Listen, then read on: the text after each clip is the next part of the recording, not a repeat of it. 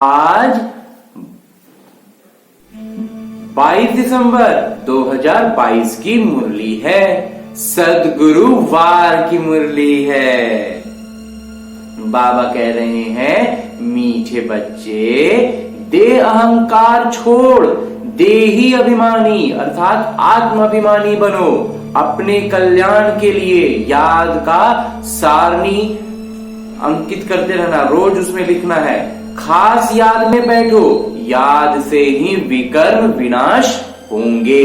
जितने भी विकर्म हैं वो सिर्फ याद से ही खत्म हो सकते हैं, जो बचा खुचा रह गया है। बाकी तो जो बड़े बड़े हैं या छोटे मोटे जो भी हैं वो सब आते रहेंगे, लेकिन जब विकर्म विनाश बाबा की याद से करेंगे तो फिर वो आना खत्म होते जाएंगे। आगे बाबा प्रश्न पूछ रहे हैं।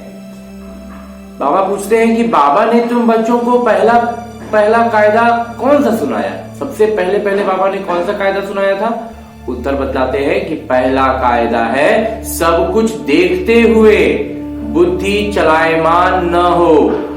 बुद्धि में हलचल नहीं आ जाना चाहिए, कुछ भी देख रहे हो तब भी एक बाबा की याद रहे। बुद्धि तो बस एक जगह टिकी रहेगी, वो है बाबा की याद। अपनी परीक्षा लेनी है कि मेरी वृत्ति देखने से खराब तो नहीं होती है।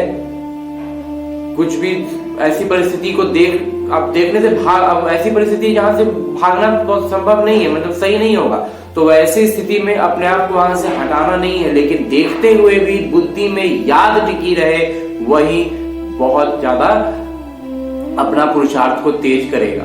तो मेरी वृत्ति देखने से खराब तो नहीं होती है, ऐसा तो नहीं है देख लिया तो मेरी वृत्ति खराब हो जा रही है। तुम्हें हाथ से काम करते दिल से बाबा को याद करना है। काम हाथ से करते रहेंगे, दिल में बाबा की याद चलती रहेगी। इसमें आंखें बंद करने की बात ही नहीं है। आंखें बंद करके बैठने वाली तो कोई बात है ही नहीं। ताई खिदमतगार बनना है, बाबा का शो करने के लिए सबको घर का रास्ता बताना है। बाबा की प्रत्यक्षता करते हुए सबको घर का, अपने शांति धाम का पता बताना है, रास्ता बताना है। इतिहास होकर सब कुछ संभालना है। इतिहास ट्रस्टी होकर सब कुछ संभालना है। किसी में भी ममत्व नहीं रखना है। माता पिता के मुआफिक इज्जत से पास होना है। और आगे बाबा वरदान दे रहे हैं। वरदान देते हुए बाबा कहते हैं कि संपर्क संबंध में आते सदा संतुष्ट रहने और संतुष्ट करने वाले गुप्त पुरुषार्थी भव। संगम युग संतुष्टता का युग है।